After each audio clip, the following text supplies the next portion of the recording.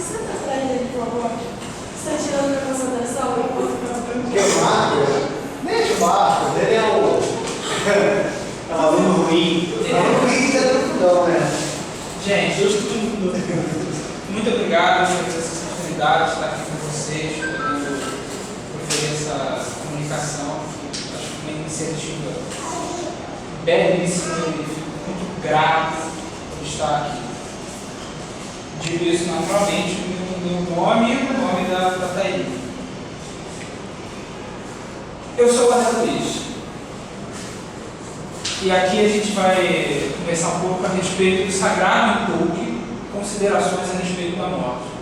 E além disso, vamos ter questões a respeito do sagrado, mito, destino e morte.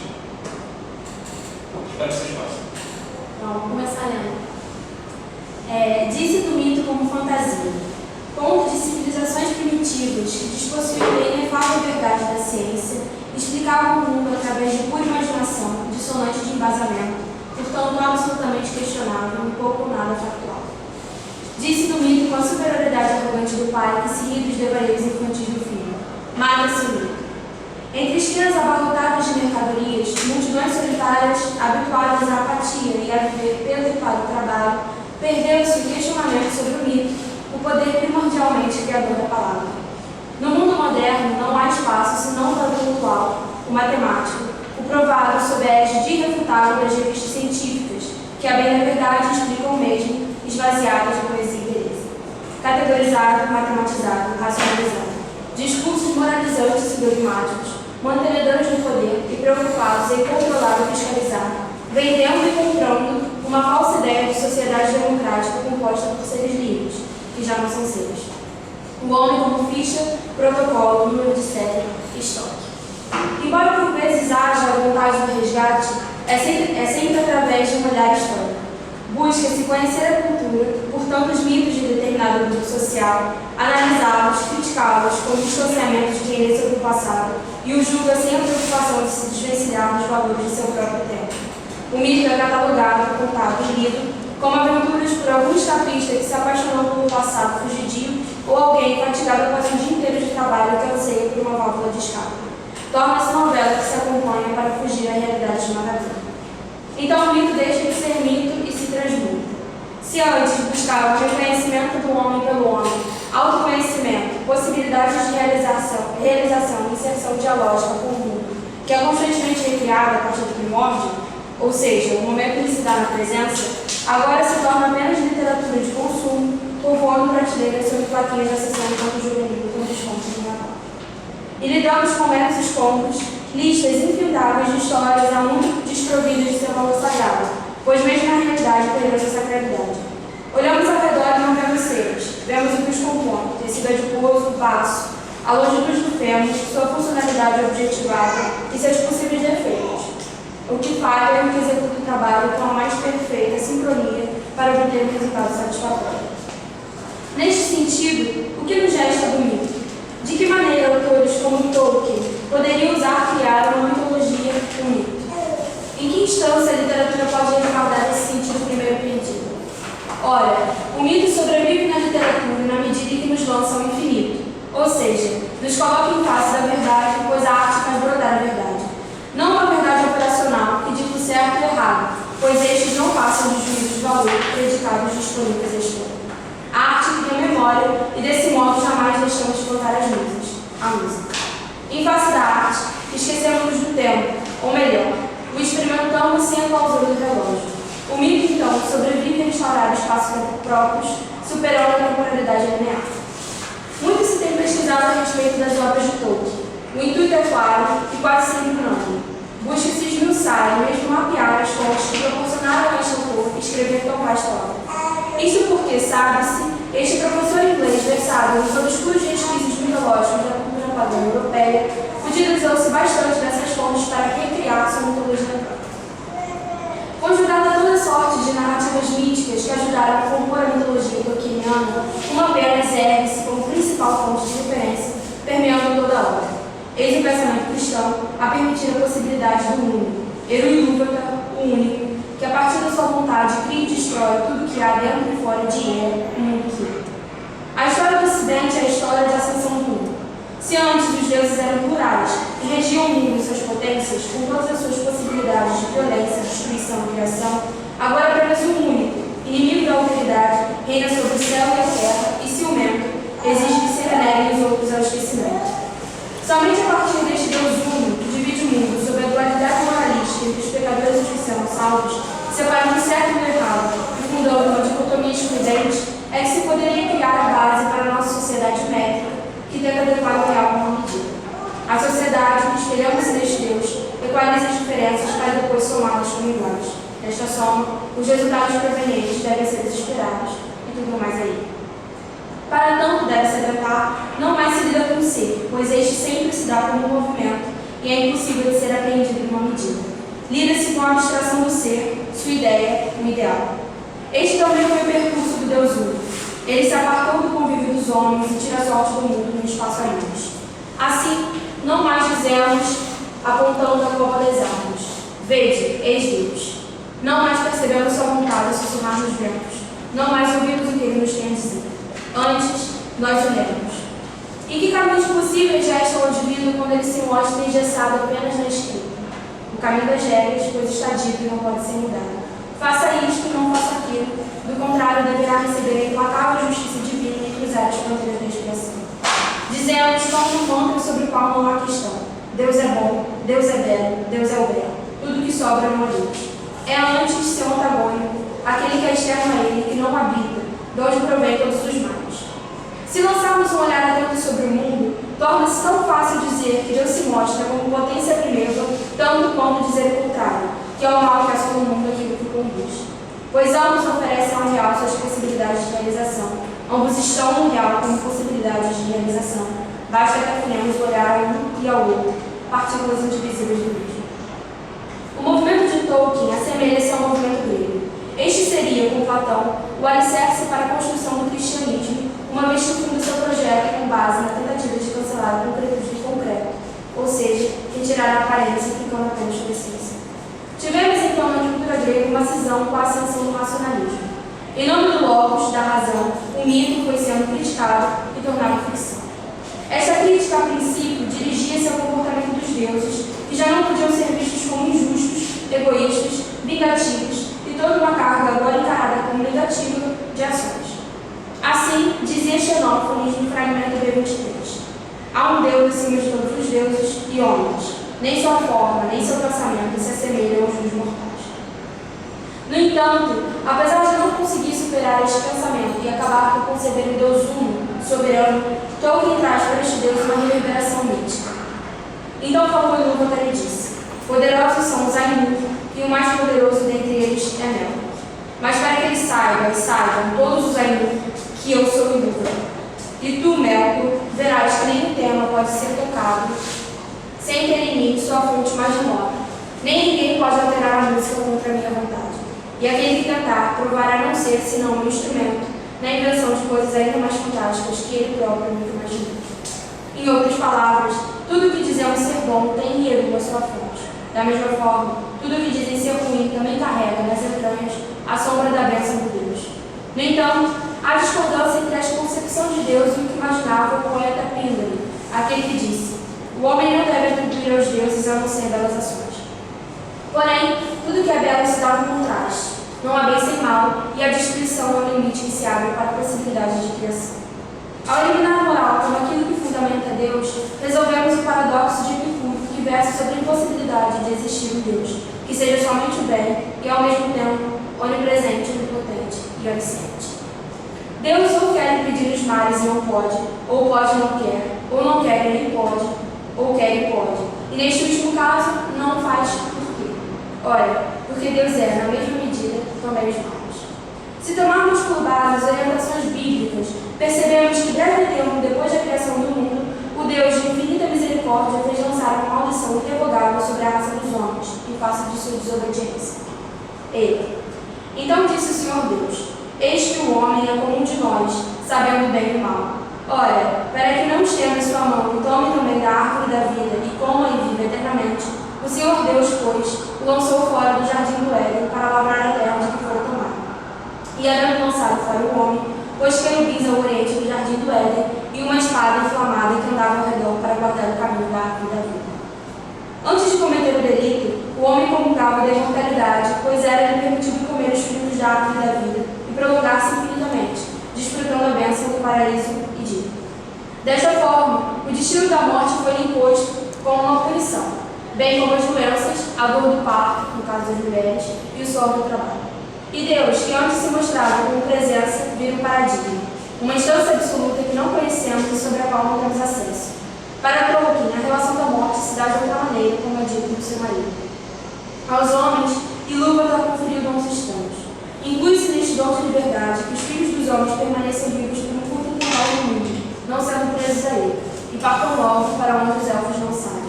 Ao passo que os elfos ficam até o final dos tempos, e seu amor pela terra e por todo mundo é mais exclusivo no terra. Já os filhos dos homens morrem de verdade e deixam o mundo, motivo pelo qual são chamados hóspedes ou forasteiros.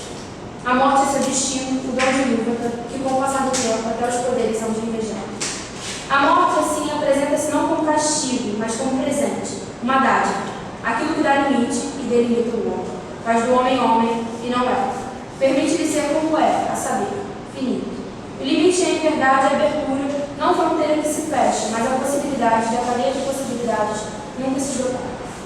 Apesar disso, habituamos-nos ao olhar da moral, que separa o mundo múltiplo, exclui identidade de diferença e divide em duas vias, vida e morte. Como bem percebeu Walter Benjamin, no decorrer dos últimos séculos, pode observar que a ideia da morte vem perdendo na consciência coletiva sua presença e sua força de evocação. Encerramos o momento da morte e os poderes dos ascéticos, como se nos afigurasse o medo do contrário. Em semelhança, assim aconteceu aos homens de Tolkien, que acabaram por levar seu reino, a grandiosa Númenor, à queda. Deste modo, fizeram da memória esquecimento, já não sendo capazes de lembrar de si. Sóis, desaprenderam aquilo de que eram feitos, o destino do instante, somos. A morte é o destino de todos. Os vivos devem levar isso a sério. Eclesiastes 7, 2. Não gostamos da palavra destino. Com palavra, eu quero dizer que não gostamos da experiência de mundo que denominamos. Com nós, quero dizer que a sociedade atual não digere bem o que ela própria denomina. Isso porque o que chamamos de destino refere-se normalmente a ideias prefixadas das quais não há escapatória. Neste sentido, queremos poder ter escolhas e sermos livres para usufruí-las como bem entendermos. Se algo nos desagrada, encaramos como um problema a ser resolvido.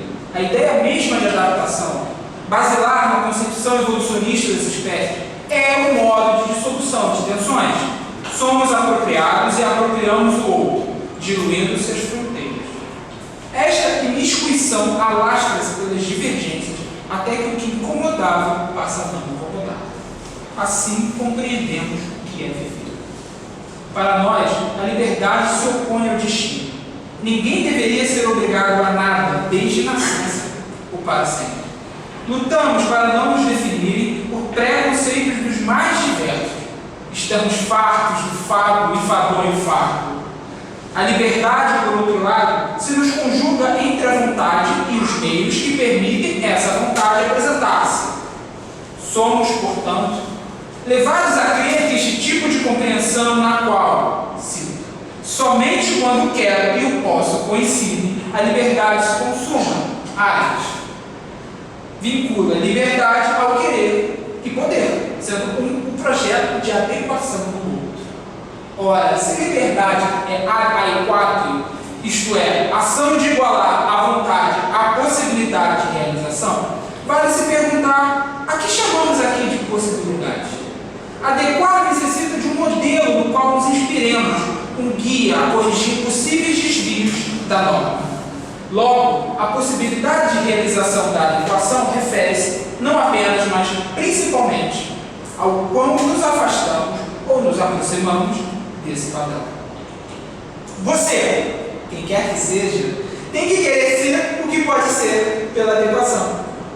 Do contrário, será livre. Você deve, pois, adequar-se às possibilidades. Por conseguinte, o dever de cunho legal, moral, técnico-científico, entre outros, subjuga o querer e o poder, ditando as regras de realização do ser no real. Por isso, não nos surpreende esse destino que retira-nos do nosso meio para dizer o que devemos ou não ser. Porque a liberdade ela mesma é um dizer o que devemos ou não ser. Um destino que aprisiona o ser, humanos burros. Contudo, se desejamos perscrutar os meandros do destino, convém nos atentarmos ao significado mais aparente, assim como ao obtuso, desleixo de importância no dia a dia. Além dos usos mais comuns do verbete destinar, ainda guardamos em nossa língua o sentido de fazer-se consagrar a, conforme o dicionário fala. É claro que quem se consagra a algo propõe-se a isso, dedica-se a isso, mas uma meta traçada a saber qual. Por exemplo, ela se destinou a um magistério. Awad, parabéns. Agora, como proceder diante da afirmação do destino da morte? Corriqueiramente, lidamos com isso como uma punição a qual todos os mortais estão sujeitos. Queremos porque queremos postergá-lo quanto pudermos. Ouso dizer, devemos esse adiamento a nossos semelhantes, aos entes queridos e a nós mesmos. Quanto a isso, há uma passagem dos Contos Inacabados que tem a ver com o que vimos conversando. Apenas ela recebeu uma longevidade peculiar. E aqui se diz que ele e seu irmão Elrond não eram diferentemente dotados do potencial físico da vida, mas que, visto que Elrond escolheu ficar entre a espécie humana, ele reteve a principal característica dos homens em oposição aos Quendi, a busca Lhuris, como os Eldar a chamavam, a exaustão ou desejo de partir do mundo. Estamos lidando aqui com o primeiro rei de Númenor e o senhor élfico de Valfenda. Então, é importante também percebermos que em alguns casos específicos na aula do jogo, foi permitido aos elfos e meio-elfos decidir pela mortalidade. Tá? Depois de tomar essa decisão, ela é irrevogável. São alguns detalhes importantes dessa passagem. Continuando. A principal característica, aquilo que de modo mais singular dá os limites e identifica a humanidade, é a partida. Por essa passagem, entendemos que o próprio do homem, em oposição aos elfos, é sair a procurar. Tal atitude leva-o a criar e a ansiar pela criação, mas, como ela não bastará, leva-o também a se insatisfazer pelo criado e, em sequência, a produzir mais. Daí a exaustão. Buscamos por algo que nunca se basta, uma hora cansa, uma hora para. Partir do mundo em última instância é morrer. Ela se define pela morte. Ele não se distingue de seu irmão pela potência, senão na maneira em que ela se desdobra e vigora em seus tempos. A busca não é incansável, ao contrário, ela se planifica quando cansamos, pois é nosso destino tanto correr atrás quanto deixar ir. Morte aqui é plenitude de realização do homem, sua grande saída de si, existência. O ser afora, comporta a ideia de morte enquanto limitação, não por exclusivamente tirar possibilidades, mas principalmente por dar limites aos 100 sentidos, fazer com que algo exista. Trilha a compreensão de só o homem é o modo da existência, por este caminho próprio do homem de empaticamente lidar com as coisas, fazendo da pedra templo, das árvores barcos. Embora os limites da pedra tenham sido alargados em templo, sempre haverá uma fronteira que tropeça no óbvio de que templo não é barco, ou de que este templo não é aquele templo. Portanto, podemos concluir tautologicamente que o outro é o outro. Entretanto, a principal característica humana é afora. Outro me distingue. Logo, insisto na tautologia. O outro é o outro de mim mesmo. No universo tolkieniano, a morte é uma dádiva aos segundos filhos, à humanidade, em distinção aos primeiros filhos, os elfos imortais. Depois de um dia exaustivo, o sono seria muito bem-vindo. A busca Lhuris é um presente. Este homem destinado a morrer está consagrado a morrer. recebeu uma conotação de algo que precisava ser controlado e, por isso, precisaríamos ser libertados de nós mesmos, já que presos pelo destino da morte. A primeira chegada do tédio do mundo era para eles, de fato, um sinal que chegava ao fim seu período de vigor. Quando ele terminava, causa que insistissem vivendo, então a decadência prosseguia. Nas primeiras gerações, eles não se agarravam à vida, mas renunciavam a ela voluntariamente. Agarrar-se à vida e, dessa forma, no fim morrer, forçosa e voluntariamente, foi uma das mudanças produzidas pela sombra e pela rebelião dos milentos. Dá os sagrados limites do homem. Isto não é dizer onde a humanidade termina, contrariamente a fundar-se o começo de sua plenitude, onde nada aconteceu, jaz a irrupção de qualquer coisa, que não é coisa qualquer. O niilismo do sagrado não nega, afirma o que é desconhecido a permanecer assim, que é um desânimo baixinho e requisitando nossa visão. Próximo ao centro de Mitalmar, erguia-se o grande monte chamado Nefeltar, a coluna dos céus, consagrado à adoração de Ilúvatar. Nenhuma edificação, nenhum altar, nem mesmo uma pilha de pedras brutas jamais serviu ali. Lá jamais se usava ferramenta ou arma, e lá ninguém podia dizer palavra salvo o rei. 3 vezes ao ano, em cerimônia de culto. Disse que o silêncio era tão grande e que até mesmo um estranho que ignorasse Númenor e toda a sua história, se para lá fosse transportado, não teria ousado falar em voz alta. Com todas as críticas que ele merece, concerne a Freud, em Totem Tabu, trazer à memória o sentido de sagrado na morte como algo que foi digno de louvores e temores, sempre presente, mas envolto em mistério. Deste modo, era para muitos povos antigos. Para eles, o sagrado era a primeira ascendência genealógica, seu parente mais antigo, isto é, o que funda uma família, consequentemente, um povo. Utilizando-se de outros autores, como fontes, continua tentando definir algo que é difícil para nós encontrar uma tradução, desde que não possuímos mais o conceito que ele denota. Ou seja, não lidamos mais com este sagrado que inspira terror e admiração, bom e mal, pois não era nem bom nem mal, era apenas assim que as coisas se delimitavam, fundamentalmente significavam. O mistério era o sagrado e, acima de tudo, os mortos eram o desconhecido. Não conhecemos, logo buscamos o conhecimento. É nascer, um dar-se a conhecer. Nascemos insistentes nas procuras, amamos o conhecimento, pois a ele somos destinados, até que, perdidos no tempo, amamos e não queremos morrer. Do nascimento finito entre a mar e o rio, é traçado o destino do homem, mas em algum momento abrimos mão de lidar com o misterioso silêncio. Não falaram, pois ninguém, a não ser o rei, falava nas alturas de Meneltar, mas ao descer, Erendiz deteve-se por um momento, olhando em direção a Emília, e além, para as florestas de seu lar. Você não ama Iosaniano? Perguntou ela. Amo-o de fato, respondeu ele.